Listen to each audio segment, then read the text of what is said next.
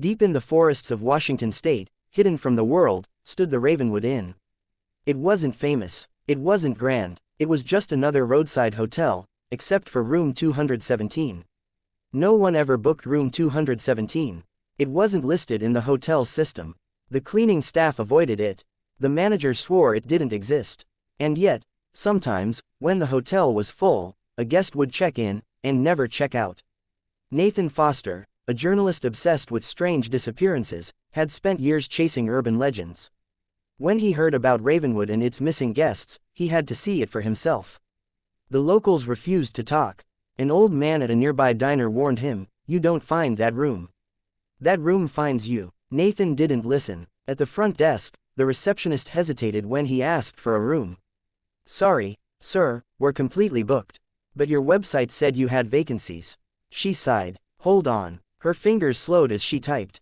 Her expression darkened slightly. "We do have one room."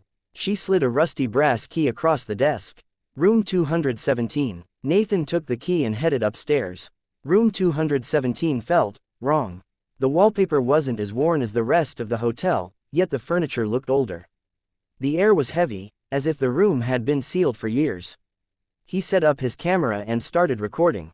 "All right, first night at Ravenwood Inn. Let's see if the stories are true." He checked his watch. 10:47 p.m.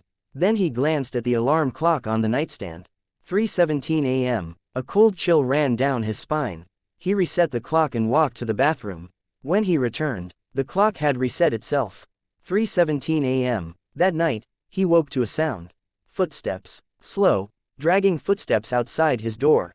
He grabbed his camera and whispered, "Is someone there?" The footsteps stopped. He crept to the door, placed his hand on the handle, and turned. Locked. His pulse pounded. He was sure he hadn't locked it. He twisted the knob harder. It wouldn't budge. Then, the closet door creaked open. Nathan spun around. Inside the closet was another hotel door. A second entrance, identical to the first, except this one had no number. It was slightly ajar, and from the darkness beyond, someone was breathing. Nathan slammed the closet door shut. He wasn't about to play games. Instead, he pulled out his laptop and started digging through old hotel records. And that's when he found it. In 1989, a guest named Alice Monroe disappeared from room 217. In 1974, a businessman named Robert Hale vanished in the same room. 1956, 1938, 1901, same room, same story. They were never seen leaving the hotel. Then he found something worse. An article from 1922 about a hotel fire that destroyed the entire second floor.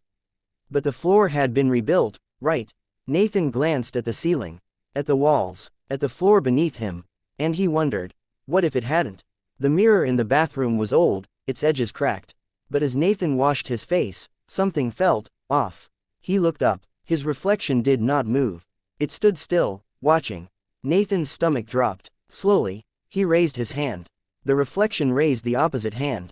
Nathan stepped back. The reflection stepped forward. Then, with a slow, distorted grin, it whispered, "You're staying." The lights flickered out. Nathan woke up lying on the floor, gasping for breath.